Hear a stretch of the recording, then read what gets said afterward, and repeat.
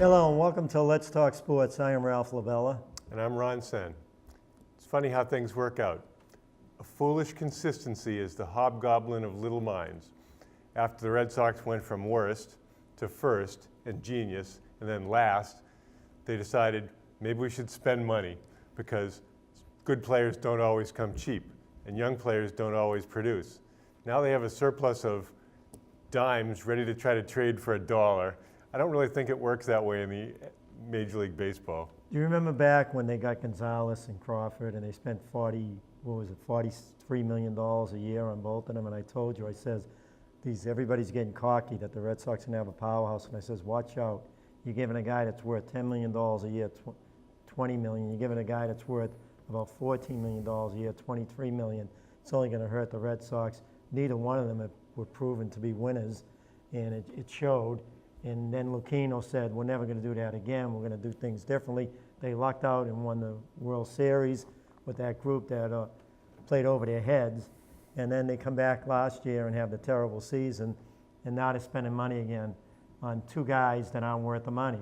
Well, unless you've been living in a cave, you know that the Red Sox signed Pablo Sandoval from the Giants, switch-hitting third baseman who hit 199 from the right side of the plate, so he's not really a switch hitter, he's a left-handed hitter. And Hanley Ramirez, who misses 30 to 40 games a year, he's kind of the Jacoby Ellsbury of, he's got talent, but he just misses a lot of games and he's kind of a diva. Yeah, so let's get something straight. You give a guy, a third baseman, who weighs about 280 pounds, I'd say 240, he's at least 280 going on 300. So I'd say 280. A guy that's going to get injured, if he keeps that weight up, he's going to get worse and worse. His OPS was 730-something this year. He had 270-something with 15 homers. You're going to give him $18 million a year for 5 years. It's going to be I believe it's going to total $95 million over 5 years. So you give him that money. And again, has a tough time hitting from one side of the plate. Then you get Ramirez, who never plays, who's always injured, who's a baby. You give him $22 million where he was a shortstop. You're going to move him to left field, all right? $22 million. It's going to be a 5-year contract. He's going to stick around. He has an option. He'll take that. So $22 million a year for 5 years.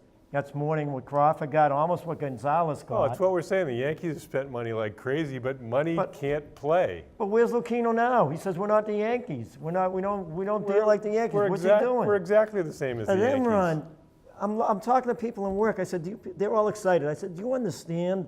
You got Ramirez, you're putting him in left field. Well, what are you going to do with Betts now? What are you going to do with Hope? What are you going to do with Victorino? All better players than Ramirez right now because they'll play longer. They're quicker than him on the bases.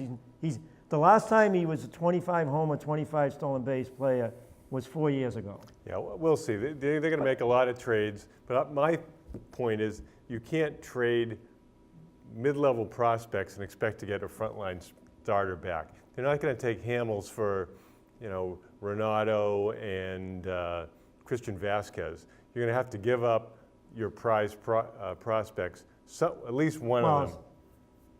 Cespedes will get traded. Right, Cespedes is gone. You got Castillo in center field, so Bradley will probably get traded. Right. All right, I mean, who are they going to be putting in right field now? Betts. No, there's someone else. If Cespedes gets traded. If he doesn't, it's going to be the three of them, Castillo. They could trade Napoli, or they could trade Alan Craig, but he hit 120 with the Red Sox, so that he has no value. So they must be.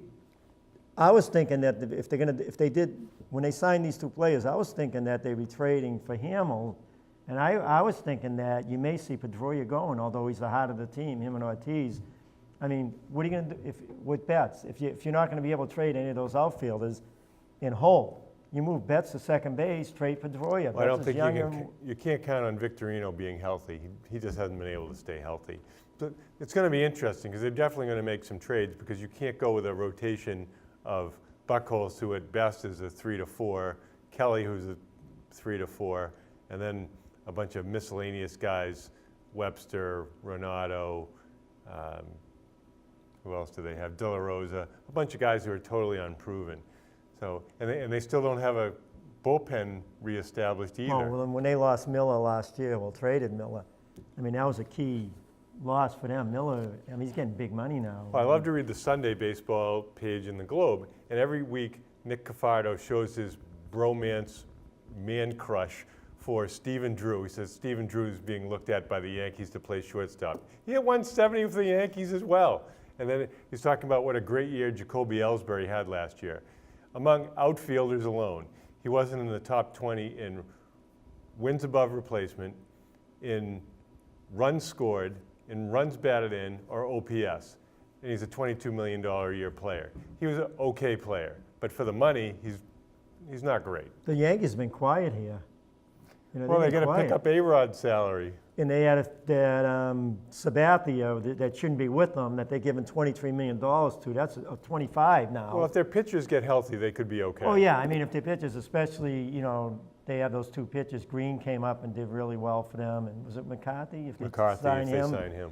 But they need a big-time hitter batting third in that lineup. And with the rest of the hitters they have, they can come back. But I was listening to a sports show today, and they were talking about Lester. Lester really wants to come back to Boston. Chicago Cubs are after him big time. Well, they're going to have to show him the money. But there's going to be some team, and it could be the Yankees popping in there at the late stages and offering $25 million for 6 years. I'll say he'll get 6 years and $140 million from the Red Sox at the end. No way. 6 years and $140 million from the Red Sox? I think that's impossible. I think that's what they're going to do at the end. Impossible. If they give him 6 years, it'll be at 120. The other guy they're supposedly after is Justin Masterson, who used to be here. He had a bad year for the Indians, so they probably think they can get him cheaper. But he was a pretty good pitcher, and supposedly he's a really good guy. You know what the Yanks are going to get? The Yanks will get someone like Shields. You know, just Yeah, a guy who could can, be. fourth or fifth starter who can go in and pitch over 200 innings. But just so you know, the Cubs offered Lester 6-year deal at $132 million, which is $22 million a year. So we'll see where the Red Sox go. But he wants everything I'm hearing now. Maloney was saying today they had him on. He says he wants to come back to Well, Boston. supposedly he had his house in, I want to say Newton, maybe it wasn't Newton, for sale. And now it's not on the market anymore. So Well, I just whatever figured that with this means. new contract, he'd sell him in Newton and buy him Wellesley or something. yeah. You know, or Brookline. Or maybe he'll be able to move to Fancy Pants Melrose. Besides Brady and Kraft. Well, anyway, there hasn't been so much else going on in the free agent market. As far as the big name pitchers, we're just not seeing any movement at all so far. I think that's what the Yankees have to be sitting on someone, and they're not coming out. They're staying quiet, but they have to be sitting on one player. Well, I think they want McCarthy back. I mean, Well, why would they McCarthy, not? yeah, they want McCarthy. They know McCarthy and Green, and then if the starters come back healthy, they could have a very good. Well, you hear bullpen. crazy talk, like the Red Sox want to get Jake Peavy back. Please. Jake Peavy, Stay in the National League. exactly. In the National League, he'll be fine. He'll be able to make his $10 to $12 million. He collect another vehicle somewhere. Can he move somewhere else? We can have a vehicle, a cable car to bring back to, is it Alabama? I think he's in Alabama. Boy, did he luck out 2 years in a row, huh? I know. Well, the Giants, they don't really get much credit because they're not really big into analytics. They have analytics, but it's not their first choice. Now, I think they probably are lucky to have lost out on Sandoval. Now, if you look at Mo Vaughn's career, and Mo Vaughn was, twiggy compared to Sandoval. When he broke his ankle when he was 32, I think he was with the Angels. I don't know if that's right. He missed a year, and then the next 2 years after that, he just fell off the cliff as far as his production. So age 33, 34, 35, the end of his career, which would be the last few years on Sandoval's career. How old is he? Who? 31? Sandoval?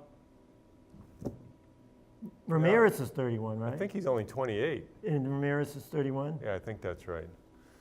But, the Red Sox, obviously, they were willing to make a change because their attendance is off, and of course their TV ratings are off, because why would you watch them? It was the only reason you'd be able to watch them is if you were in a penal institution. That was what was on television, because they were not worth watching. But if that Ramirez deal backfires, I mean, the fans are going to be upset. I mean, if he's sitting out because he's got a hamstring problem for like 30 games. And people can't be thinking that he's a shortstop. He's not a shortstop anymore. He's got no range. He might be able to play some third. and outfield. He's an athletic guy, but he's really had a lot of injuries. But you have to think that they're going to get Hamill. They got to get him because, I mean, they have the players now to trade for him. And what are they going to do with all these outfielders if they don't trade for someone like Hamill? Well, you know, as I said, you can't trade 10 dimes for $1. No, but I mean, you Cespedes, you trade him. Cespedes is good. So they can probably trade Cespedes maybe to Cincinnati. Cincinnati has 3 or 4 starters that are on the block, and they have short contracts before they're free agents. Would you trade Cespedes, Owens, and another player who's not that For good? Hamels? For Hamels. Yeah, I would. Because Owens is, you know, every minor leaguer who comes up with the Red Sox is going to be Sandy Koufax, but they're not Sandy Koufax. Owens has a slow curve, 92, 93 mile an hour fastball. He's really tall, so 6'7", has a tough angle to hit up. But that doesn't mean he's going to win 20 games in the big leagues. It just means that he's an overvalued chip right now that they can use. And the thing they like about the Hamill deal is he has 4 years left in his contract, just 4. You know, and the other thing they're is, not going crazy. I'd be willing to trade Swihart if you could really get something for him, because I think Vasquez is a really good catcher. I think if you're an elite team, you can live with a catcher who's an outstanding defender and doesn't. Yeah, hit, with that team probably. Although Swihart, they say, has so much more talent. Yeah, but he's He's not as good quicker. a catcher. He doesn't have the arm he has, but he catches the pitches pretty good. And they're thinking that, you know, Swihart might have position flexibility too. He could move somewhere else. Wasn't Biggio a catcher when he came up? A lot of these guys can move out of catcher to play second or center field, something else, something like that. But the Red Sox, I'll tell you one thing, if they sign Lester, they're going to get Hamill too. I mean, just think about it. They're getting a top-notch play. They have the talent. They have the players to deal. I mean, Owens will definitely go in a deal to get a top-notch player. You're crying poor mouth. Anybody look at their cable bill lately? I mean, the Red Sox are not struggling for money. The luxury tax is more like a guideline. If you have to pay something, so what? You had to pay more. Well, that's what the price if you want to spend money. You got to pay more money because of the luxury tax. So what? Hey, they figured they had $50 million to spend, so why not spend it, right? They've already spent 40 million. Right, and there's always other guys there's money's coming off, like Ortiz. I mean, does he have another year after this? I think he has an option, yeah. Right. So, I mean, you're going to be paying him 15, 16. I think he's up to 16 million now. I mean, guys like Betts are making nothing. Cespedes is making only 6 million, right? No, he's 10. He's 10 now? 10. So the key is getting Pedroia healthy and productive. He was obviously not productive offensively last year. These guys always say they're recovering well, rehabbing. We'll see. The way he plays, he seems to get hurt a lot. You know, former Red Sox player who was hurt a lot, did well at parts of his career, kind of a surly guy at times. Kevin Youkilis recently retired after spending some time in Japan.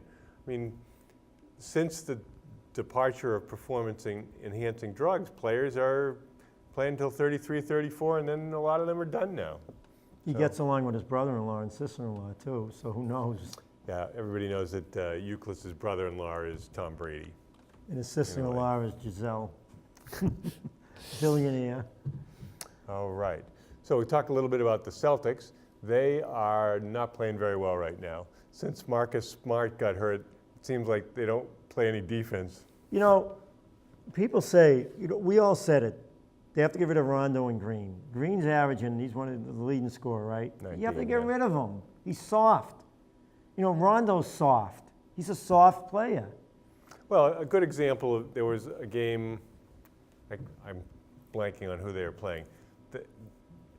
They had 7 seconds to go. They decided to give it to Rondo at the end of the game. Why are you going to do that? He can't shoot. He's not a closer. Closers are players who can make shots or get fouled and make the free throws in crunch time. If you're lucky, you have one on your team. It's rare to have two on your team.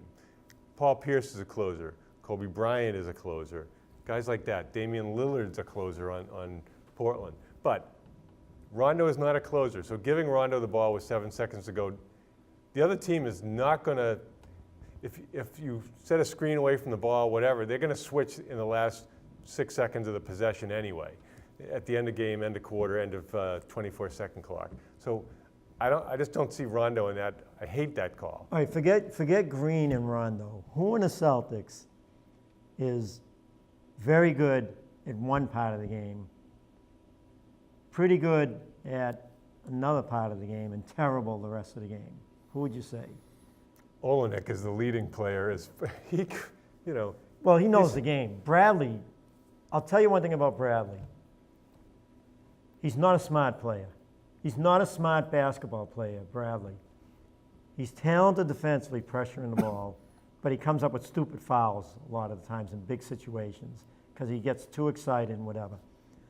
He is the worst passer I have ever seen in pro basketball. Worse than Allen.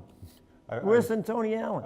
He is the worst passer. He can't dribble the basketball. I saw him in a pick and roll the other day. The first time I've ever seen them run a pick and roll with him with the ball, because he's not smart enough to run the pick and roll. They run the pick and roll.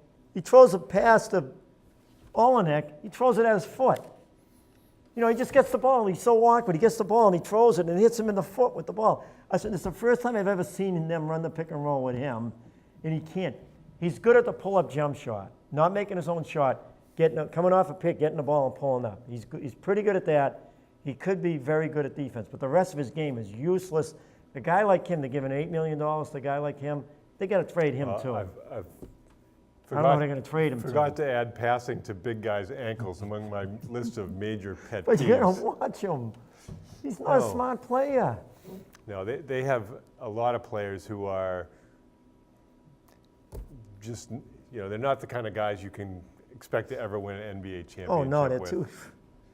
I like Olenek. No, I like Sullinger. I like Olenek, but he's not good defensively. He really isn't. No, I mean, he's not a shot blocker. He plays on the body half decent, but he's not. really a three. Yeah, he can't block a shot. So you need a guy who can block a shot down low. And so I feel for Stevens because he's doing the best he can with what he has. And they're doing all right, except they can't come through in the end. Right, they can't finish games out because they don't have a closer, and they don't seem to be able to. Last year they were in the top 10 in field goal percentage against three-point shots. Now they just seem to be giving them up at will. And there's enough guys in the NBA, if you give them open threes, the Morrows of the world, they're going to kill you. But when Smart comes back, he's got to be playing. And I would start him ahead of Bradley, have Bradley come off the bench. Again, if Bradley's having his game where Rondo gets him the ball in the open court for those pull-up jump shots, when Bradley's hot, he's effective. Then he gets his defense going pretty good. But you're not going to win with someone like him. Well, they need a Ben Wallace kind of physical, middle of the court presence who can block shots and rebound like crazy and doesn't have to have the ball on offense. Well, the thing that hurts Olenek and Sullinger is they don't have that presence down low with them. I mean, if they put them both at power forward and they subbed in and out power forward, and they had a center who can, make players change their shot. Zeller's good as a backup center, but yeah, he's but not. you need a guy who can. He's just a force down low. You go in down low, you know you're gonna have to change your shot to score. And that's the thing. You don't have to block the shot. You have to be a presence down low.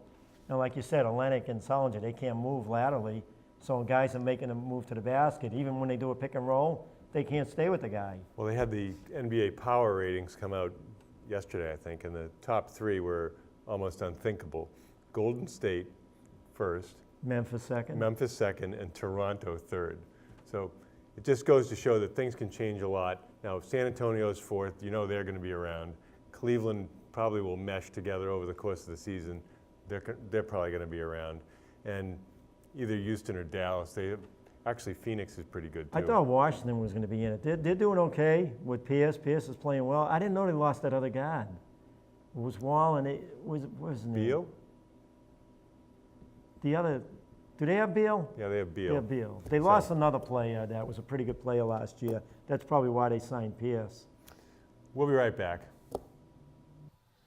Hey, this is Paul Rabel from the Boston Cannons, and you're watching Let's Talk Sports. Welcome back. Tonight for our sports conversation, we have a special guest, Mike Coleman, who's a part-time broadcaster, intimately involved with Melrose lacrosse. We're going to talk a lot about Melrose going to the state championship. Welcome, Mike. Thank you. Now, we had the chance to broadcast the game. Why don't you share some of your thoughts about the game? Well, Ron, I thought it was a fantastic game. I was up there at Cauley Field last year to watch Melrose play against Tewksbury. And again, that was a great game. They were in it for the first half, and then Tewksbury ran away with it the second half. Everybody knows the result. It was a heartbreaker for Melrose. So this year, coming into the game, we were all hopeful that the team would do better. And we all know the results. They did fantastic. They came out, offense played well. Defense was huge all day long, and it was really exciting to see. Ralph, sorry you missed it. It was a wonderful game. Yeah, I saw that goal line stand before I came here tonight, as a matter of fact. I was watching the game. They just put it on, and that was something. I would have bet my house there's no way Melrose could stop them at the 1 yard line, that team, Well, even though their defense has come up big all year. I wondered about how they would game plan for the game, whether they would try to reduce the number of possessions, ball control, kind of the way the New York Giants beat the Buffalo Bills, or whether they'd say, look, we're really going to have trouble stopping Tewksbury. They're so strong. We're going to have to open the game up and try to score and outscore them. As it turned out, the defense was dominant. Well, the defense has been tremendous all year. And like you said, I was listening to you when they stopped them on the first down. You said that they've been successful running to the outside. They didn't run to the outside at all. You normally wouldn't when you're down on the goal line. Right. You rely on your running game, but what's Melrose been doing all year? I mean, the middle linebackers, we talked about it at the beginning of the year, the way the defense was coming. We said if these middle linebackers become terrific, Slavacheski and Feeney, and they had, what's his name, up Hickey playing inside linebacker because of the injuries.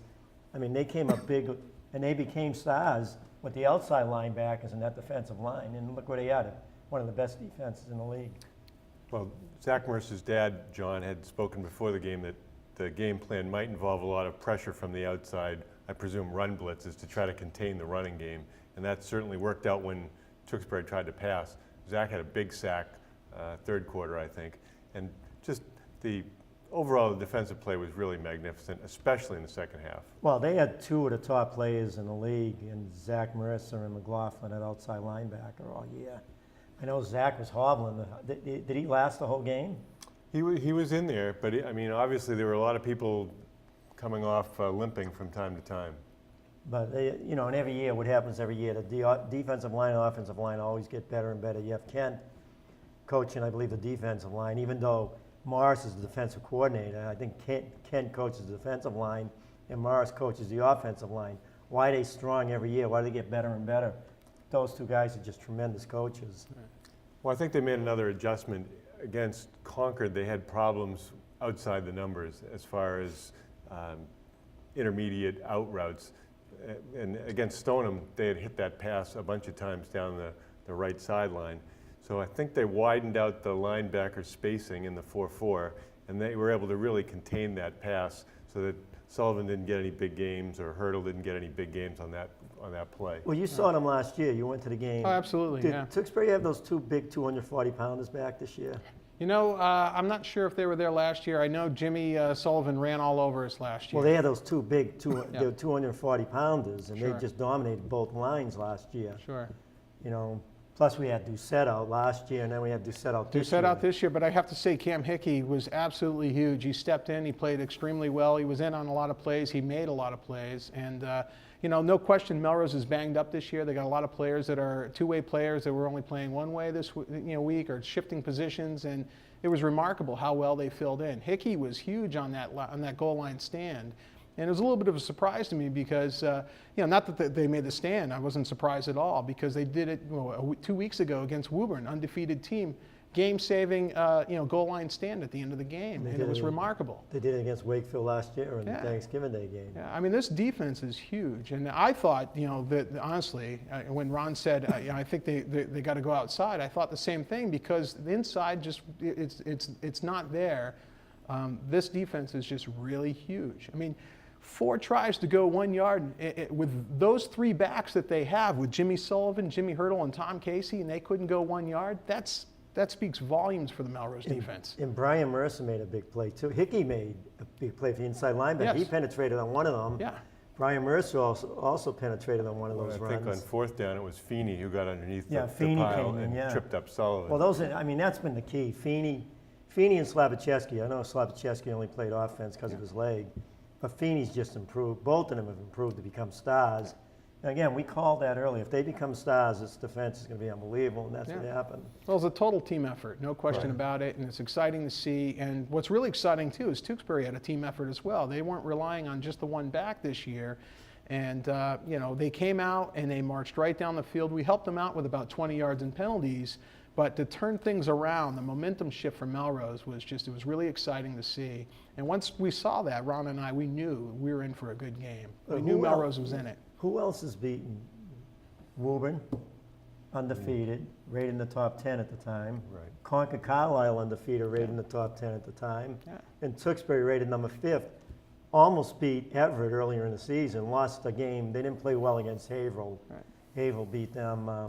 And Haverhill ended up losing twice to North Andover. So they had their one bad game there. But, you know, Melrose, I mean, when you find, we talk about it, when you find that identity and you know you can win, you can do just about anything to adjust, and that's what they did, and I think they're going to win the Super Bowl. Well, you need to have some things go your way. To go back to the Concord game, Melrose had 2 special teams touchdowns. Pedrini had the kickoff return, and Hickey had the punt block return, and they had a +4 on turnovers, takeaways. Well, you called that against Concord Carlisle. Well, that It was was a lucky- funny. We were just before the game. Ron got there an hour early, so he's watching Concord Carlisle warm up. And he goes to me before the game started. He goes, "Watch this punter. He takes 4 steps before he punts it. We could block one of his punts." What happened? Hickey's a big play in the game. Hickey blocks a punt and runs it back. in. Yeah. Well, you know, this is, I always say 2 things, that sports are not as simple as you think and they're not as complicated as you think. So the simpler you can make it, the better. And, you know, in the NFL, people are 2-step punters. And nobody's a 4-step punter because you get blocked, and that's exactly what happened in that game. But I think they can beat. I mean, they're playing Dartmouth, right? Yes. And Walpole was beating them 14-0, and Dartmouth came back. Walpole probably relaxed a little because they have a tremendous program. I mean, they were undefeated too, weren't they, before Dartmouth? I believe so. And Dartmouth came back late in the game. Yeah. I mean, that was with just, you know, like 4 minutes left. I think they got 2 scores. So that's, you know, that's something to look out for. Well, But to shift gears, with the Thanksgiving game coming up later this week, how do you approach the game? You want to play well, you want to maintain some momentum, but you have so many players who are hurt. We always talk about the difference between being injured and being hurt. You can play hurt, you can't play when you're injured. Yeah. But do you want to take somebody who's got a partially sprained ankle or shoulder's a little sore and put them out there on Thanksgiving and get more hurt so they can't play in a week? Oh, I know. We talked about that. That football's the one sport where every game's an event. Yeah. All right, it's an event. I mean, you've been working all year for these games. You have the Thanksgiving Day game, even though they're 2-0 against Wakefield. They don't want to lose to Wakefield. No, I agree, but I have to say that given the fact this is one of those odd years where we have 3 games against them and we beat them twice already, I think it's okay to rest your players that are hurt, give them some time off, and get some other guys into the game. It's exciting. If Melrose doesn't win it, I think I'd rather see the players more well rested and better prepared for the game in Gillette. If the Patriots were 13-2 going into the last game of the year, the last thing we'd all want to see is Brady out there taking a big hit, Yeah. or anybody who's a Gronk getting a broken arm. But I look at it differently. And I look at it like every game's big to me. Of course you want to win the Super Bowl. But you don't want to lose, lose to Wakefield and win the Super Bowl. You do not want to do that. So my feeling is that if they're well enough to play against in the Super Bowl, say the Super Bowl was Thursday, if they're well enough to play in that game, then they should play in the Thanksgiving Day game. It's really a great discussion point because if you're a player, you want to play. If you can play, They you don't can want to play. lose to Wakefield, I'm telling you. It's going to take something away from the Super Bowl if they lose to Wakefield, even though they beat them twice. And they don't want to do that. So they're going to do everything they can. And again, I know Coach Morris, again, if they're well enough to play, if there was a Super Bowl Thursday, if all those players are going to play in it, they're going to play in the Thanksgiving Day game. They may play one way, not both ways. And maybe when they because that defense just shut down Wakefield. Right. Well, the whole situation creates an awkwardness because of the schedule. Well, I think Thanksgiving game, It's a game that doesn't really mean anything. The Super Bowl, that's forever, right? And these guys, this is the first time back in the Super Bowl since 1982. And these guys, I mean, it's theirs for the taking. They have the skill. I think they can go down there and run with it. We need to be healthy, right? There's no question we can fill in the gaps when we're not healthy. We've shown that the last couple of games. But I think Coach Morris wants to go down there with his best game plan, with as many healthy players as possible. And if it were me, 2-1 against Wakefield, that's not so bad as a Super Bowl champion, if I can guarantee that. And I think anything I can do to ensure that victory, and if that means resting up a couple of guys, I like your analogy of Tom Brady sitting out in a game that doesn't mean anything to be well rested for the Super Bowl. Yeah. This means an awful lot. It's Thanksgiving Day game. It's Okay. I mean, next to the Super Bowl, it's the biggest game of the year. Yeah. But what I'm saying is, I'm not saying put a guy out there who's injured. Right. I'm saying if that guy could play against playing a Super Bowl game. I mean, I would just say I saw a number of players who are two-way players. Then you play him one way. Who were hurt, limping off during the Tewksbury game. They were struggling. They were showing a lot of guts and courage and whatever you want to don't say. want someone out there that's injured. Well, I mean, but there's a lot of that out there. I might feel differently if we hadn't played Wakefield all year, but we played them twice. We beat them twice. And I wondered about this earlier in the week, how the Wakefield players, if it were me and I'm a competitor, I'd be happy to see Wakefield. I'd love to see Wakefield go on if they were in our position and win a state championship, because that's. Well, I think that if it were your youngster, who's your kids playing regularly on the team, they're contributing, and they get hurt in the game against Wakefield and win and lose in the Super Bowl, right? That'll leave a bad taste in your mouth. Well, of course, anybody can get hurt in a game. What if the guy's completely healthy and gets hurt in a game? Yeah. We're going to sit down everybody? But I'm not saying, here's where I'm coming from. I mean, if he could play, for the third time, if he could play in the Super Bowl game against Auburn and it was Thursday, then he should be playing against Wakefield Thursday. That's my feeling. And all the players are going to want to play against Wakefield. They are not going to want to lose to Wakefield. It's, again, the Super Bowl is one thing. It's the biggest game Well, of the their other career. thing, of course, is a snowstorm is coming, so we're probably going to have a blizzard bowl. I'm not saying put someone out there that's injured. I'm saying Right. if he could play, if he's well enough to play in a Super Bowl game, and the game was Thursday, then he should be playing against Wakefield. He'll want to play against Wakefield.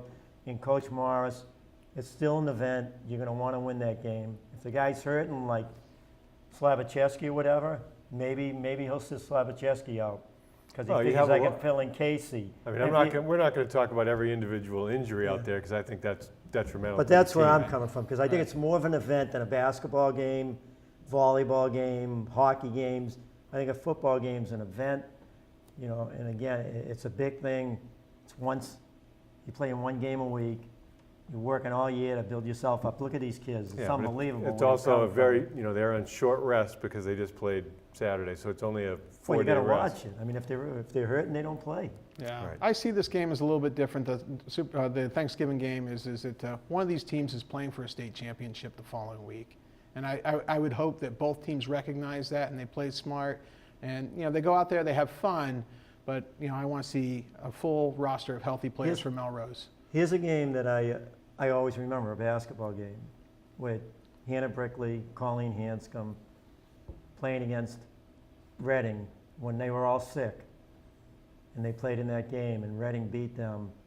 And a couple of those players sat out a half. And I always remember that game, and I remember how Reading, really took off after that, and how Melrose was completely down. And it was just before the tournament. And I remember that game, and I remember the feeling of the girls, how upset they were. And I just think if Melrose loses to Wakefield Thursday, they're going to have that same feeling. They'll have the Super Bowl coming, but it's not going to be the same thing going into the Super Bowl after losing to Wakefield. They'll be so high if they beat Wakefield. But then, and I'm saying it again, I'm not saying put a guy in there that shouldn't be playing. He might be a little banged up. If he could play in the Super Bowl game on that day, then he should play against Wakefield. Well, it'd be great to have a poll of some families, some other people who are associated with the team in a very informal way. We're not going to have people coming out and say, well, we're just going to go through the motions on Thanksgiving Day, or we're playing the JV out there against Wakefield. Oh, they're going to have enough talent there to win anyway, even if they do sit down to Slavacheski's. David has to sit down. Maybe Zach Marissa has to sit down.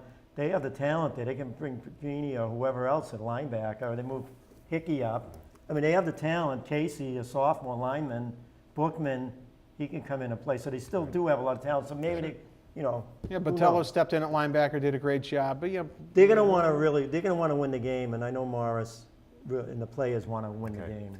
Coming up next, part 2 on preventing ACL injuries with Scott from Athletic Evolution. Scott Duggan, Director of Strength and Conditioning at Athletic Evolution, located in Woburn, Mass., and I'm back with Athlete Tips of the Week.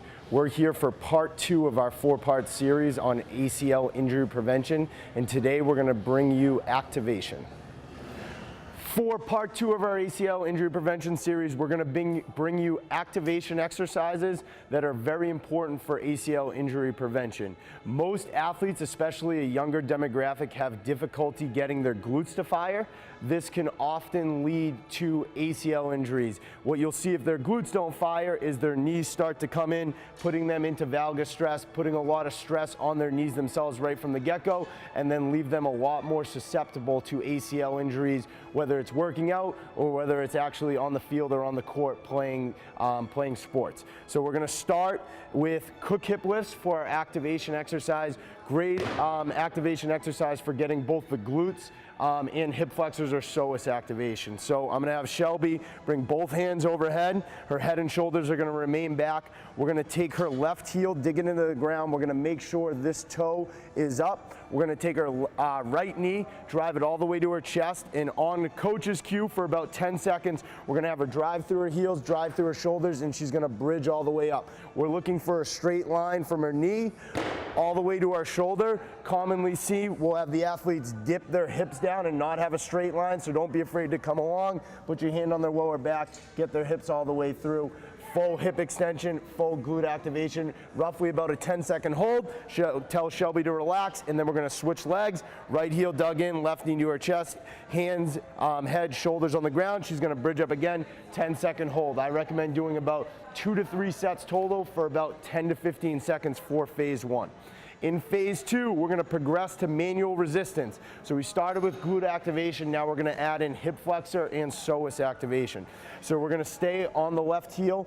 The right knee is going to drive to our chest, but now we're going to take that left arm, we're going to apply pressure to the knee so we can get some psoas activation. In order to get psoas activation, we want 90 degrees or greater hip flexion. So make sure the athlete, in this case Shelby, has 90 degrees or greater of hip flexion. Make sure they're applying pressure to get that activation. We're still getting that glute activation with the hip bridge. So about 10 seconds each leg as well. We're going to cue the athlete to hip bridge all the way up, straight line from their knee to their shoulder. Don't be afraid if their hips go down once again to bridge them all the way through. About 10-second hold on each leg, about 2 to 3 sets. Rest. For phase 3, we're going to introduce a tennis ball, which is what Cook Hip Lifts was intended to do. Most athletes, especially at a younger demographic, might not be able to get to this till much later in the program. So I'm going to give the athlete the tennis ball. They're going to place it right in their hip crease. They're going to bring their knee to their chest. Now we're going to make sure that tennis ball stays squeezed the entire time. This is going to force the athlete past 90 degrees of hip flexion, which is going to get that psoas to activate, and we still want that hip extension to get that glute activation. Dig the heel in, head and shoulders back, arms back, just like phase 1 and 2. We're going to have the athlete bridge up, holding that tennis ball for 10 seconds, then have them rest, switch legs, get about 2 to 3 sets on each leg. For our second activation exercise, we're going to bring in mini band walks for abductor activation. Once again, this is going to prevent valgus stress of the knees coming in, which is going to put the athlete at a much more susceptible position for ACL injury. So it's very important prior to either your workouts or prior to your actual games and practices to actually do these activation exercises to make sure that we get our glutes to fire properly and we can help prevent ACL injuries. So we're going to start in phase 1. We're going to have the athlete grab two bands.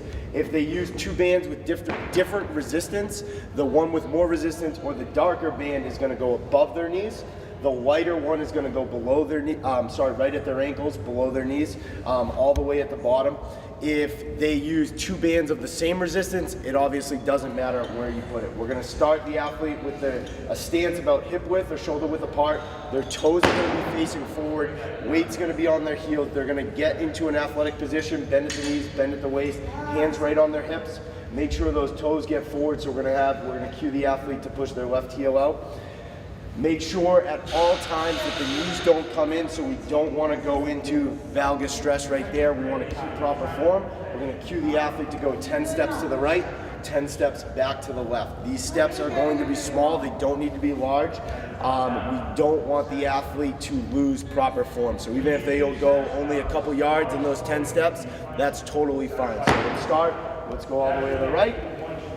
After they get 10 steps, they would come back to the left. We usually do this for about 2 to 3 sets total prior to activity to get the abductors to fire the way we want them to do.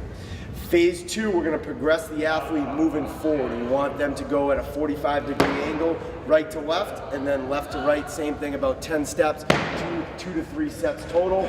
Proper form, bend at the waist, bend at the knees. We want to see those toes staying forward. We don't want those knees to dip in at any point. Phase 3, we're going to bring the athlete back in reverse. Same thing, stepping at a 45-degree angle, working to keep those toes staying forward, making sure the knees don't come in at all. This concludes the activation portion of our ACL injury prevention. Very important to do these exercises prior to physical activity to get those glutes to fire, especially in a younger population. It's going to prevent valgus stress. It's going to put those knees in the correct position. It's going to eliminate those ACL injuries. See you guys next time for part 3. Tonight, we're very privileged to have Coach Ushearnda Reynolds with us from Salem State University. She's the assistant basketball coach there, and she has a long basketball background. I guess I'd dare call her a basketball lifer, which is a term of endearment to me. And welcome, Coach. Thanks for coming on our show. Thank you Nice so to very see much. you. Nice to see you. Thanks for having me. I always have a million questions about basketball, but one thing comes up about what your basketball philosophy is. I've seen you coach a few times, and I know you're an aggressive coach, so my guess is it's about taking it to the other team. Yes, I really love defense, that, we have to be defensively minded first. And I always let the players know, let's minimize our mistakes and capitalize on their mistakes. And just strong defense, quick feet, big hands in passing lanes. I think Doc Rivers said it, if you're not talking, you're not playing defense. So I'm really big on that we talk early, often, and just keep it going the entire game. Yeah, Kevin Eastman has a saying that silent teams lose. Yes. And I guess my overarching philosophy is possession and possessions. Mm-hmm. That if you throw the ball away, okay, if it happens one time, bad play. If it happens 2 times, bad player. 3 times, bad coaching. Yep. So you have to maximize your number of possessions, and you do that, of course, by dominating on the boards, as well as not throwing the ball away. And turnovers, all coaches are driven insane by turnovers, which are hard to prevent. Now, you mentioned that communication is really important. How do you motivate your girls or teach them to talk more? Well, we started in practice, workouts. You have to constantly be talking. I'm a big proponent on the way you practice is how you will play. So if we're not talking during our workouts, we're not talking during our practices, we're just, we don't call them punishments. We just, remember some self-discipline. Everyone get on the line. We'll run a couple of 17s, make sure we're talking, calling out each line as we touch, and letting the ladies know, like, we're gonna make mistakes. That's a given. You make a mistake as soon as your feet hit the floor in the morning. But let's not fall into those mistakes. Let's not live and die by every mistake. So just constantly, we got to talk. If we're not talking, you can't be in the gym. Yeah, there's a saying that as a coach, you'd rather have 2 better players than 2 better plays. So much of our emphasis has to be on player development and fundamental skills. What areas do you find that you can help players improve the most in? I am a huge fan of consistent ball control and being able to control the ball with your non-dominant hand, just like you are with your dominant hand. I think that so many players are fortunate to get by on their talent, but they don't have that non-dominant hand. And great defenders, if they can sit on that dominant hand and you can't do anything with, that non-dominant hand, then you're basically out of the game. Now, viewers might notice how she says non-dominant, not weak, because you want to be positive with your players at all times. So if you're talking about weak hand, that you're getting in people's heads saying, well, I have a weakness, as opposed to non-dominant hand. Now, I'm conflicted because the contemporary themes in basketball are dribble, drive, offense, penetrate, and dish. And yet, I think it's so hard to defend screens both on and off the ball that for my players, I don't have the athletic players that can really take the ball to the hoop as well as I'd like. So I really emphasize a little bit more about screens. How do you view that? I think that's excellent coaching. I read Mike Krzyzewski's book that every year he adapts to the players he has. He doesn't live in the past of, the Grant Hills and the Christian Leitners. He adapts to the players that they have, and that's how they're going to work their system. And I feel it the same way, right now at Salem State, we're doing a lot of, on the ball and off the ball screens, spacing the floor, 2-3 times have that ball go around, and we're going to find, the open, woman so that we can score. And then I do like, we call it like the run and jump, take that ball, get it down the court, get up there, make a layup, and pressure them again. My own philosophy with the teams that I've coached, I really like to run a Stanford triangle offensive set, 15 to 18 feet apart. Don't marry the spot, date it for 5 seconds, and then move. Everyone has to be an offensive threat when they put that ball in their hands. Yeah, I like balanced scoring because it's very hard to scout and defend teams that can attack you from a lot of different spots. Now, the problem with younger players is you'd like to see 3 or 4 passes, get some ball reversal, because defense has trouble on the ball reversal. It totally distorts both man-to-man and zone defense. But when you get younger players, the more passes you make, chances are that somebody's going to throw it away. Absolutely. Are you playing real up-tempo basketball at Salem State? A little bit, we're still a young program. Right now we have 1 senior, and everyone else is a sophomore.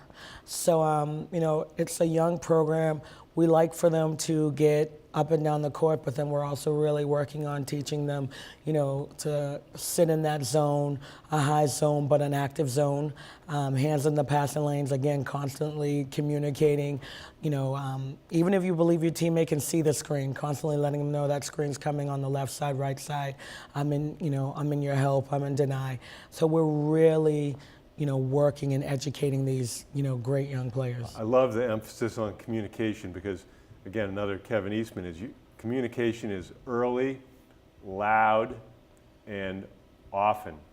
So you say ball, or help, or gap, whatever your calls are, to let people know where they have to be, because it's tremendously intimidating to the offensive players, and it can, as we've talked about before, engage teammates who may be a little bit sleepy because they're getting all excited about going back on offense. Correct, absolutely. We watch it on a regular basis. The best offensive teams, if they're going up against a defense that they're constantly communicating, constantly letting their teammates know what's going on, that the coach is shouting instruction, the bench is really into it. That offensive team, they're a little bit more hesitant because they understand that all 5 ladies or all 5 players are involved on the floor. And when you're playing, against 5, intense, alert defenders, it can be really daunting. Yeah, most coaches like to teach in sound bites because, you can give soliloquies, but the players are falling asleep. Whereas if you say the ball is gold, they know I got to take care of the ball. Or if you say reverse the ball, or jump into the gaps. They know exactly what you got to do, and of course, knowing it and doing it are sometimes two different things. But I'm a big believer that the game there's too much dribbling and not enough passing. If you watch a basketball game with your eyes closed, as it were, and you hear the ball bouncing in a middle school or high school game, it's not a very good game. Mm-hmm. Absolutely.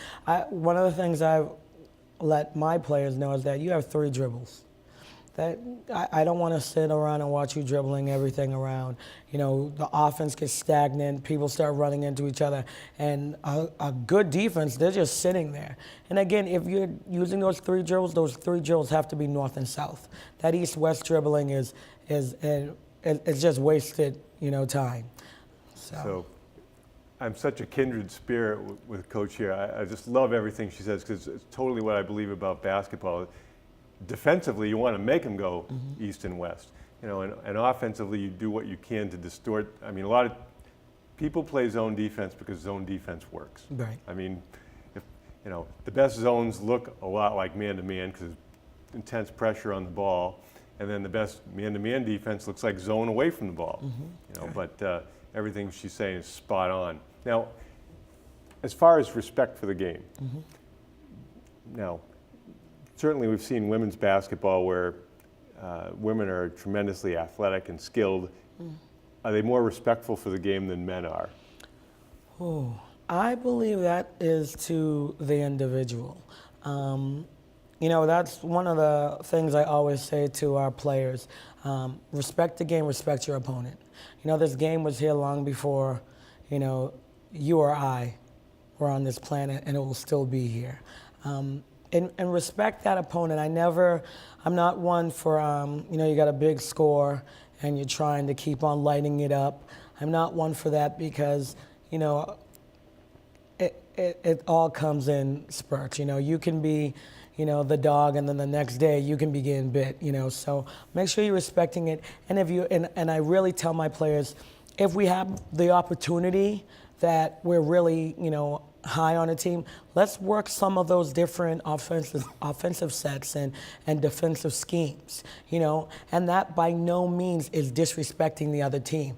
It's just giving, players and coach, a live action at, an in the game kind of practice. What are we doing well? What do we need to work on? As you said, ball reversal. If we're running our triangle offense, are we using that weak side, off the ball screen, coming through the high post, so that we can see if we can get the ball in there? Are we really working on being 15 to 18 feet apart? Are we really working on, hands in the passing lanes, hand in the player's face? Are we really working on the little things? Growing up, everything that I knew of the game was, little things. The little things make the big difference. Right. What percentage of an average practice would you say is fundamental based? Is it 50%, 60%, or I guess it depends. You're going to have some preparation for the next opponent if you have film to review or scouting reports. I would say that we spend at Salem State, we spend about, I would say a good 35% of the practice working on the fundamentals. It's amazing on every level how many people will catch the ball and walk before they dribble it. It's amazing how many times, players will get the ball and they won't be squared up to the basket, or they won't be in the triple threat. So just the little things, catch that ball, triple threat, square up, breathe first. That's a big one that I'm always in every break. Breathe first, relax. But be an offensive threat. Even if you know you can't hit the right side of a barn, let's at least pretend to the defense. Look at the basket. Look like a basketball player. Yeah, I'm constantly annoyed by players who catch the ball and immediately put the ball on the floor because you limit your options so much. And I read somewhere where if you make a shot fake and the ball goes over your head, the referees are 50% more likely to call traveling than if the ball is lower on the shot fake, which is, just an interesting tidbit. But the coach is so right that little things make big things happen, per John Wooden. Yeah. Do you have any policy for social media for your players? Do you have to talk about that and say, don't go dissing this girl on Twitter or whatever? Oh, absolutely. You know, I work with, obviously with college students and then also with, younger students, athletes that, I'm always talking to them, what are we advertising? So what you put on, social media, on your Twitter or your Instagram, you need to think, a good 10 seconds before you push that send. Because once it's out there, it's always out there. And you're going to be marketing what kind of person you are. And when I may be on the phone trying to convince a coach why, they should want you to come to their facility, I don't want the conversation, well, this is what we saw on her Instagram or her Twitter or her Facebook. Right. As a coach, you have enough headaches as it is that you don't need to take on extra headaches. Right. Kevin Eastman, again, has he says there are 5 stages to your career. You have character, which leads to choices, which leads to reputation, which leads to your brand that gives you your legacy. Right. But it all starts again as your character, and it's a lot easier to have high character players who are going to give you that great effort at practice every repetition than somebody who's, to pardon the expression, a jerk. There are plenty of great players that are jerks. Dennis Rodman is a fantastic basketball player, but pain in the neck. Right, absolutely. And it's touching on that character. I always tell the ladies, when I meet them at first, I said, I promise you will never read about me in the newspaper for doing something wrong. And that's what I expect for you to do. As a young athlete, basketball player, being recruited, one of the things that Coach talked to me about is, you only have one name, and you don't want to do anything to that name that people years later will say, yeah, she was great here, but do you remember that night she did X? So, we all make mistakes, we all slip up, but let's really think about the choices that we're making, because every choice, there's going to be a consequence for that. So let's try and make positive choices. In your role as an assistant coach, do you have special duties regarding recruiting or scouting or breaking down film, or any special things that perhaps would be different than another coach on your team? Absolutely. I am the recruiting coach, and I am specifically with guards. I work with the guards.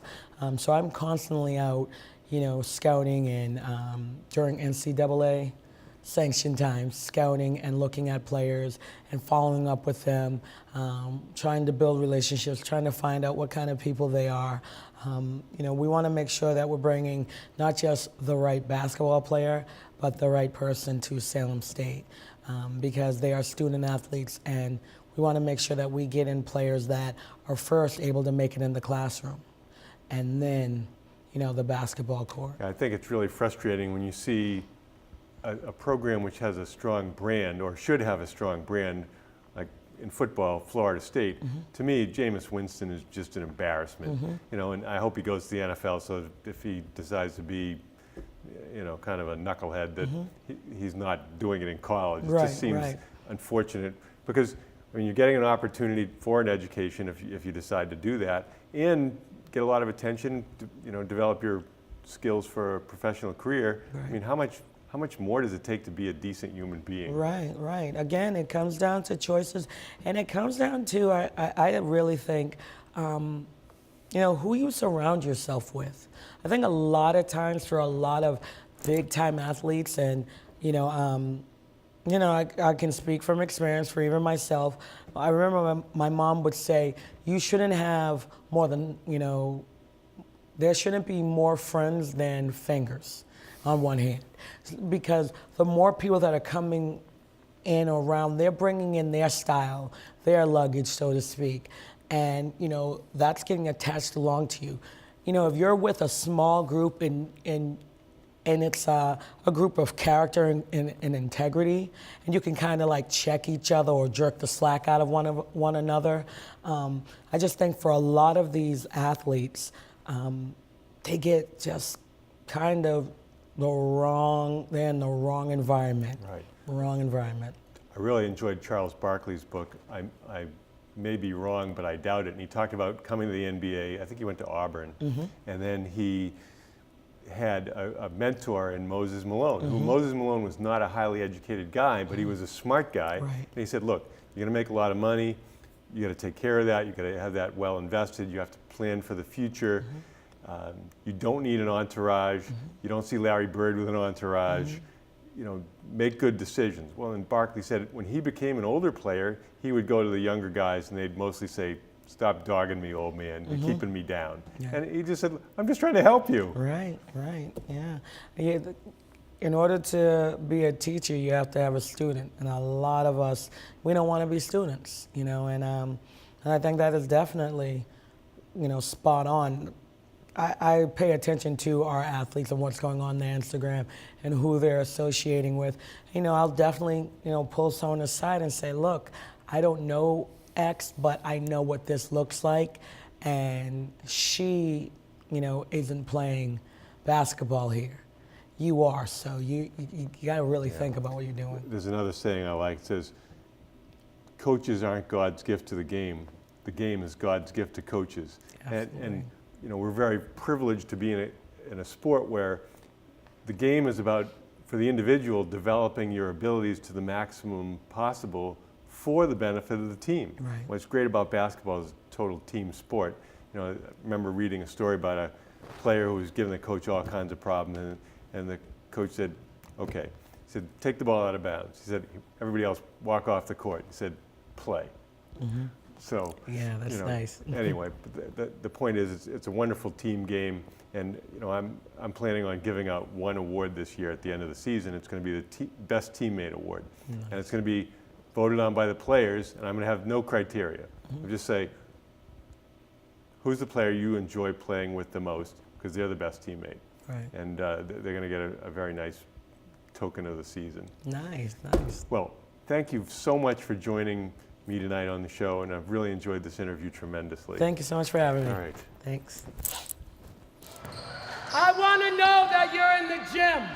I want to know that you're here to play basketball. I want to be intimidated by your energy and your enthusiasm. Bring it in, bring it in. We do it for the you. Not for Coach Ushearnda, but for the you inside.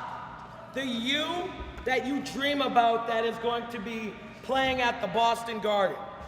The you that you dream is going to make varsity basketball or A-team travel basketball. The you that's going to hit the game-winning shot. The you that is the best player on the court. The you that is getting scouted and recruited by high college coaches. The you that everyone always talks about because her or his name is in the paper. We want to do it for the you. We want to be better for that person.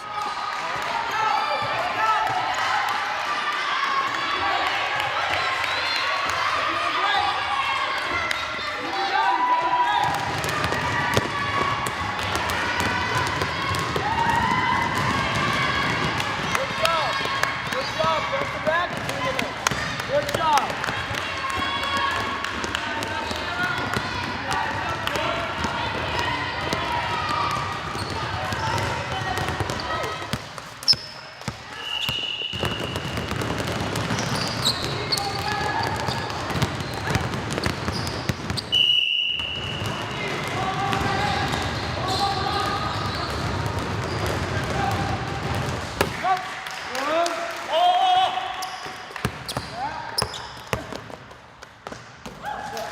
Stay the course and chase down your dream and secure it. Don't let someone else pick it up. Here we go. Welcome back. Basketball season is here. That means we're doing a lot of coaching at the middle school level. Some people might say, well, that's not very challenging. You don't have the greatest athletes in the world. You don't have the greatest competition in the world. I beg to differ. You have to know everything about the game that you can from the very beginning. This is how to grab the basketball. You know, young players need extra instruction, and to quote a famous NBA coach, never assume they understand anything. Well, I have a question for you, where this is it's been me and you for the last, 10 years or whatever it's been? Something like that. And we've had a lot of fun, a lot of success, a lot of terrific players. Now you're coaching the 6th grade team, I'm coaching the 7th. Are you having fun? Yeah, I'm having a lot of fun because I have strong beliefs organizationally about how things should work. So I prepare a practice schedule. It's written, it's on a spreadsheet. It gets emailed out to all the players' parents before the game, so they should know exactly what's going to happen. They should understand every single thing that I do in practice is designed to address a specific need that I think the team has going forward. Also, I usually have a saying for the day, whatever that is. Repetitions make reputation, or indecision is the thief of success. Something that they can hang on to for the future, because I think that basketball is the template for how they can live their life.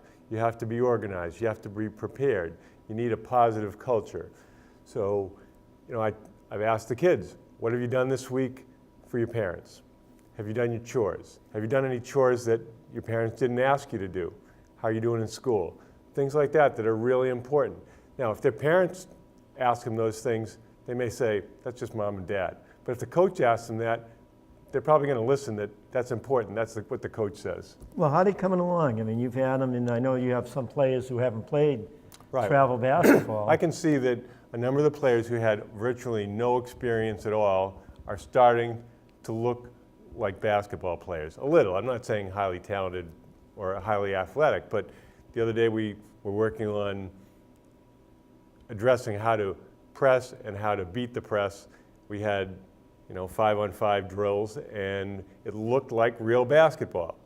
It's not high level, but it was competitive and people were working hard. So I'm very pleased with their work ethic and how interested and attentive they've been so far. So they're working hard. They're working listening. hard. We're in a different situation. My team, your team is really just starting to play. You're going to be playing in the River Valley League and the Metro West Leagues, and you have them playing against B talent, which is good. Right. And your plan is by next year they should be playing in the A League. Yeah, my goal is to finish in the top 2 in the B League and to get to play in the A League playoffs so that we'll get to see what it looks like. And then my group here is I like to push and keep pushing to become the best you can be, and just like you, of course. But I kind of tend to this group I have here. I put them in both A leagues, and you're seeing it. You're seeing it. It's going to take a lot of hard work, and we knew this, and I knew this, and I told you before I started, when I was making my decision of whether I was even going to coach or not.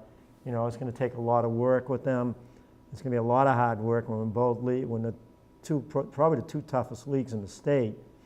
And my feeling is that if you have a group of players that want to become the best they can be, you have to push them.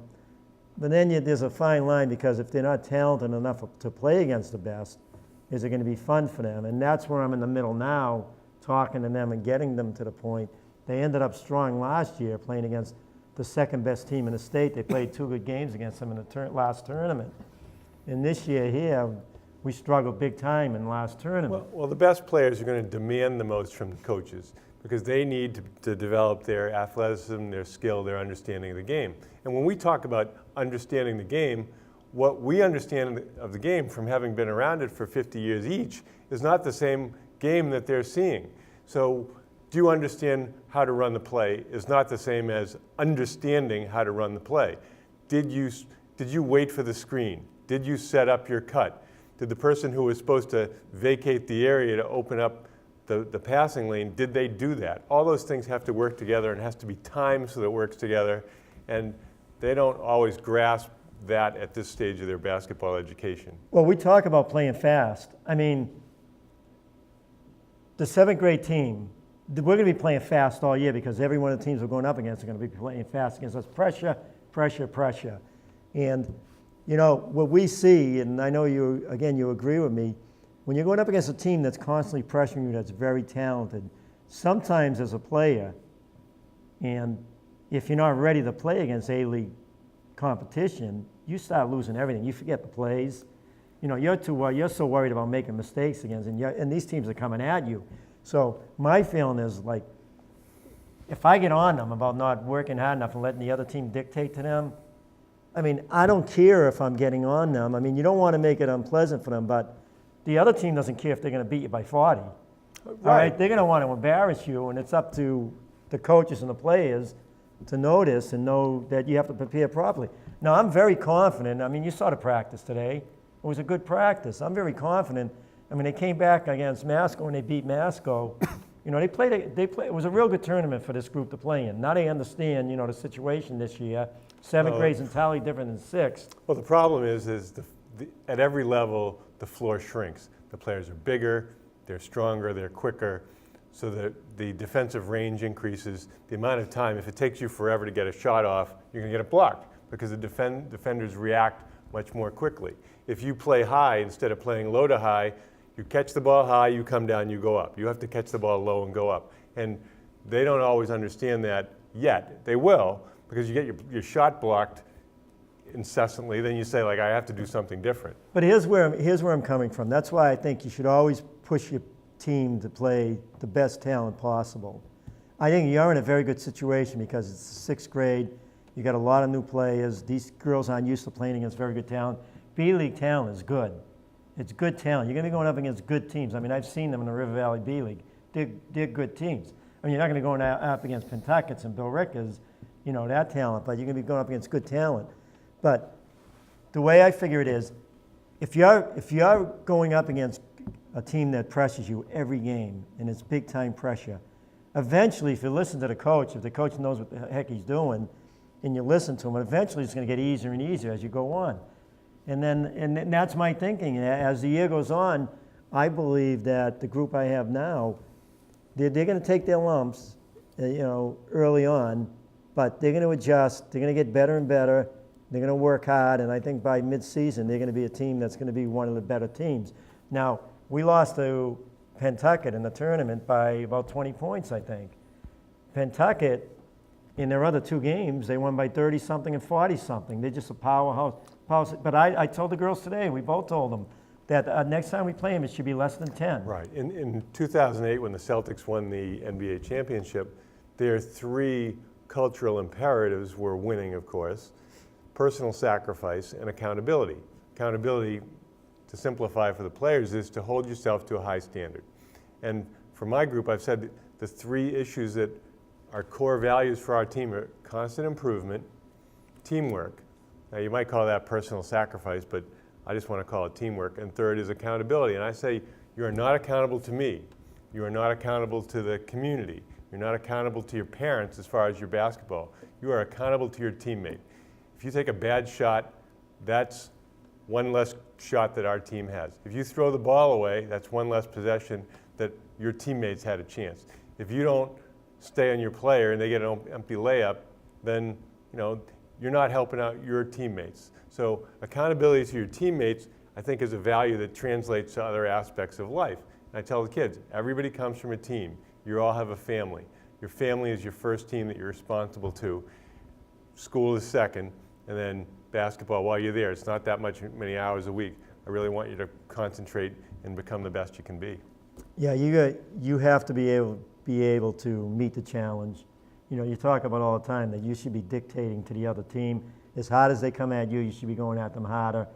And, Ron, if this team I had this year, right, if I put them in the B-League and we went 38-2, probably would go, in the B-League, if we played B-League ball, our record would probably be 38-2 in that area.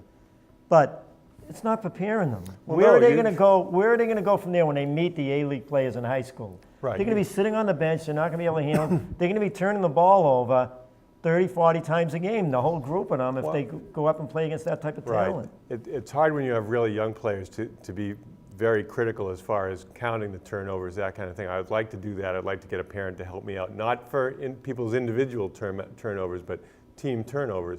Because the only way you can improve is to measure what you're doing. If you're turning the ball over 30 times a game, that's too much. I don't care what league you're in.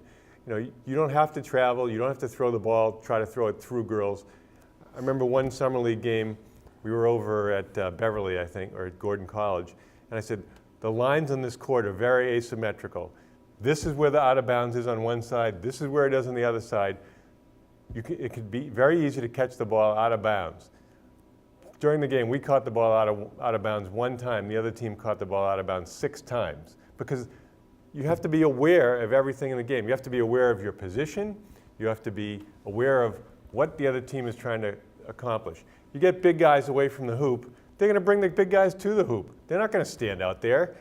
And you have to be alert. So when something's happening, you got to be ready to react. It's too late if the play's already by you and you wake up. So that's why communication is so important, because it gives people early warning that something's happening, and you can also engage your teammate who might be asleep. So when I saw last year, Stoneham was fantastic, their girls, as far as communicating. When we played Pentucket this weekend, they're all saying help, cutters, screens, picks, whatever. They were doing a wonderful job communicating, and if our team wants to be a very solid team, they have to start picking up those habits. Well, that's another thing you have to change. You have to get these players, you're going to have teams where the girls aren't as committed. I mean, they want to be good, but how good do they want to be? I mean, they want to give them 100%. Is basketball really important to them as they are to other teams like Pentucket and Billerica, these youth sport teams? I mean, it's very important to them. I mean, you just see it. I mean, they play AAU basketball, most of those girls. A lot of our girls don't because we have the summer program. But how important it is to them. Right now, you can tell that it's a lot more important to Pentucket than it is to my team, the Melrose team.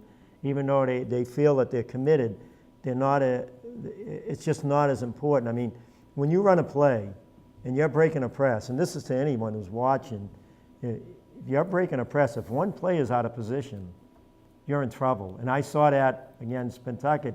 And the reason is because Pentucket took them to them so hard that a lot of girls just forgot the plays. Well, some of them did. So, like, if we're breaking a press and the ball gets kicked back to the 3 and the 2's supposed to be rolling and the 2's over here somewhere and not rolling, and, everybody knows she's supposed to be there. The other thing is some of these teams practice 4 days a week, 2 hours of practice. Now, I'm not complaining about practice time, I'm just saying we have 3 hours of practice time maximum. Now, major college programs, for example, John Wooden, when he coached, 40% of practice was dedicated to shooting.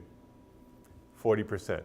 So you have to budget the time you have. Like, how much time do we have to shoot free throws? People want to scrimmage. If you scrimmage for 2 hours, every player might get 25, 30 shots. Whereas if you worked out for an hour, you can get 200, 250 shots.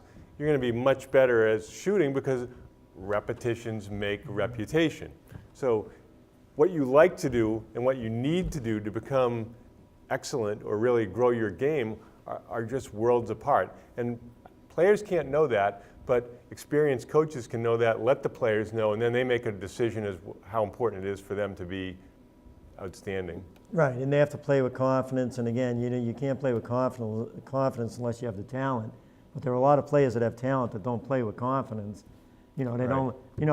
And when I talked to my group this weekend, I said, listen, would you girls rather play against teams not as good and know you can beat them, have a great time, win by 20, 30 points most of the time? Would you girls rather go up and bang heads with these real good teams? And I told them this weekend, I said, I feel that you'd rather play against inferior talent rather than go up against the best teams. And I said, if you're going to compete against these real good teams, it starts in practice, and they'll get there. They did last year. But they got to get used to it again. Well, Kevin Eastman, who's one of the foremost teachers of basketball in the United States anyway, goes to Starbucks every morning, first thing in the morning, reads for 2 hours. And he says, I have a choice. Do I want to be a know-it-all or do I want to be a learn-it-all? And he is really putting the effort in every day to be the best he can be, which is why he's vice president of basketball operations for the Clippers, why he has a championship ring from when he was assistant with the Celtics. Now, most little kids, they're never going to play professional basketball. A lot of them won't even play varsity basketball. However, they're all going to need to excel in a team somewhere. Whether it's in, a business, a corporate office, or in a law firm, or teaching in a school, or as a nurse or a doctor in a hospital, they're still going to be part of a team. So they have to be willing to prepare, to make sacrifices day after day to further themselves. And if you spend half an hour a day less watching television and reading, that's 180 hours that you use to better yourself. Yeah, I mean, they have to understand that.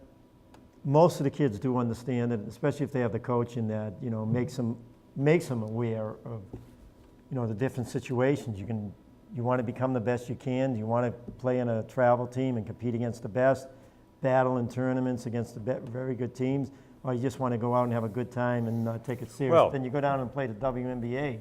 Well, you're all familiar with the movie The Notebook. Well, on my team, you have a different The Notebook. I give you a notebook, and you're supposed to take notes. And I haven't checked the notebook yet, but it's going to be done. And when it gets done, if you don't have anything in your notebook, then I have to assume you have an empty head. And if you have an empty head, I can't trust you. And if I can't trust you, then how can you get playing time, especially in the big moments? You know, as a developmental program, you're going to get playing time.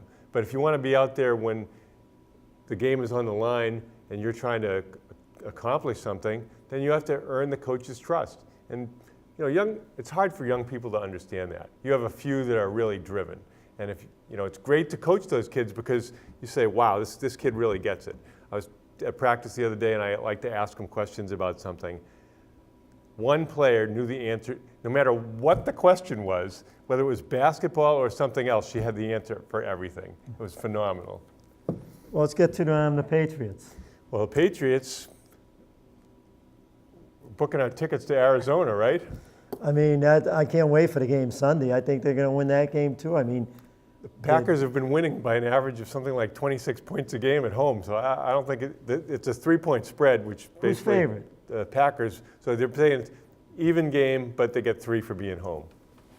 The Packers are favored by 3. That is absolutely crazy. I'm not a bettor. I don't bet. But if I bet, I would bet the Patriots. The Patriots aren't going to lose to anyone. I mean, they just got it down so pat.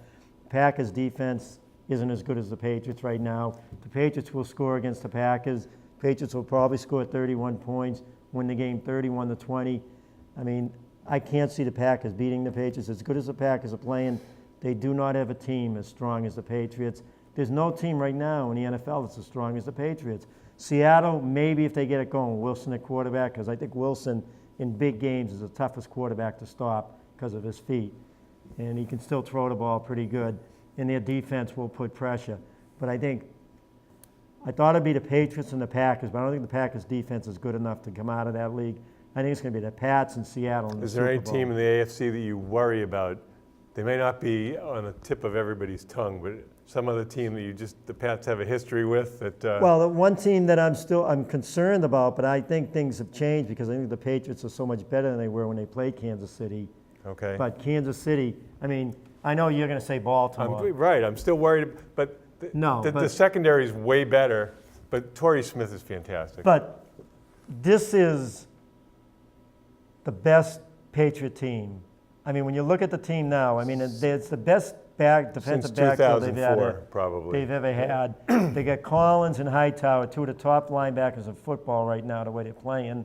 The defensive line, they have enough players now. I like Branch. Branch is playing well. Your pal is back now, but I don't know if he's back off.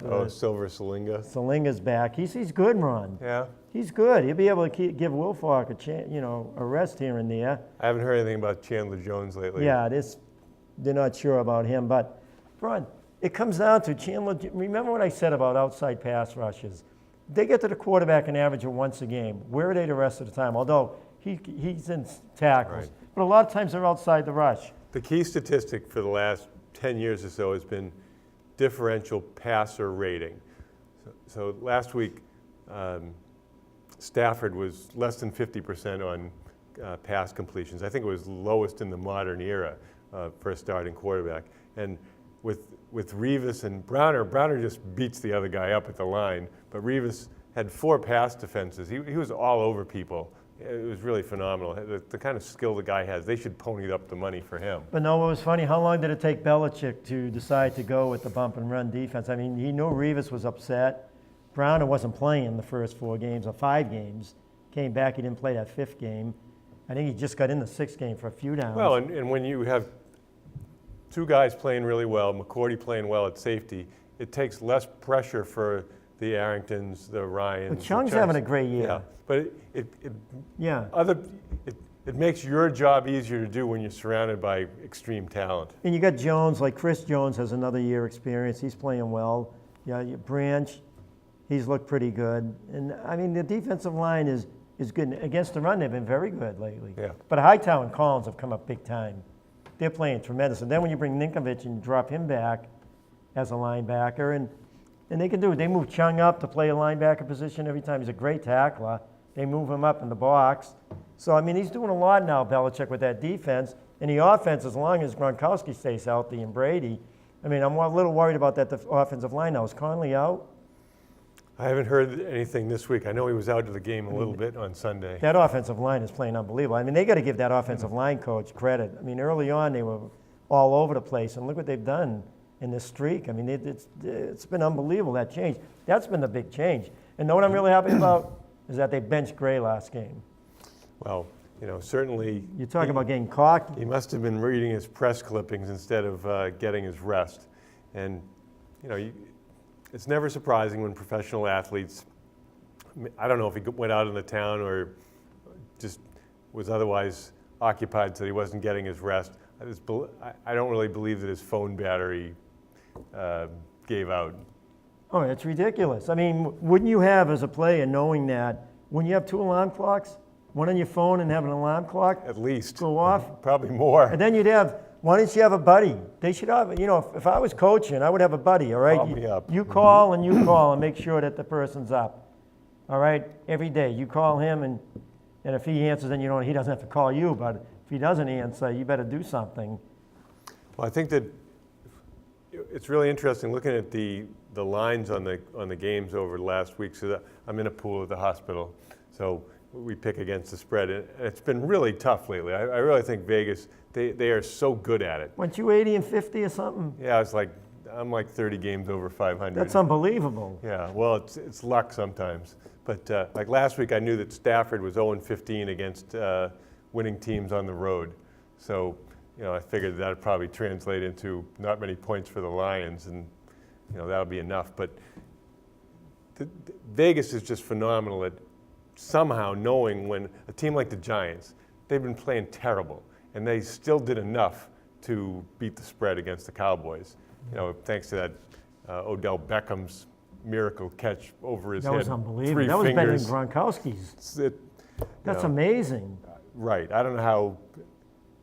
I mean, before the game, they showed clips of him practicing catching the ball one-handed, but he wasn't catching it falling back in the end zone. So. What was the worst part of that? They showed the next greatest,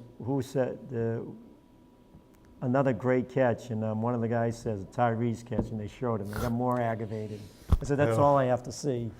Well, The Pats should have 6 Super Bowls. When you think about it. The year they blew it to The Indianapolis, the Indianapolis beat Chicago. They would have killed Chicago. And then the 2 Giant games, they should have won both of them. They were unlucky in both games. Well, it's always easy to pontificate from here about what should be, if woulda, coulda, shoulda, but it's a lot harder in real life. And it's like when we're broadcasting, you see things and you say, well, it's easy to know that from up here. It's not so easy. Like in the football game this week, Melrose tackled spectacularly, and also they stopped those inside reverse handoffs that killed them last year. They're so used to those Yeah, now. I mean, by playing Woburn and playing Concord Carlisle, I mean, they got them. Those 2 games got them ready for. Right, with the wing tee. And just like playing these 3 games, they're going to get them ready for Dartmouth. They're going to beat Dartmouth. What's your prediction? I really don't know. It seems that a lot of sports are really strong in the South Shore. I don't know why that is, whether it's infrastructure as far as youth leagues or whatever. But, the programs like Walpole, they've been really good for such a long time. I say Melrose 28-14. That's my prediction. Okay, I hope that comes true. 28-14, and Thanksgiving Day, it'll probably be like a 21-7 game. They're going to hold players back. I've enjoyed being with you. I'm Ron Sen. And I'm Ralph LaBella, and thank you for watching Let's Talk Sports.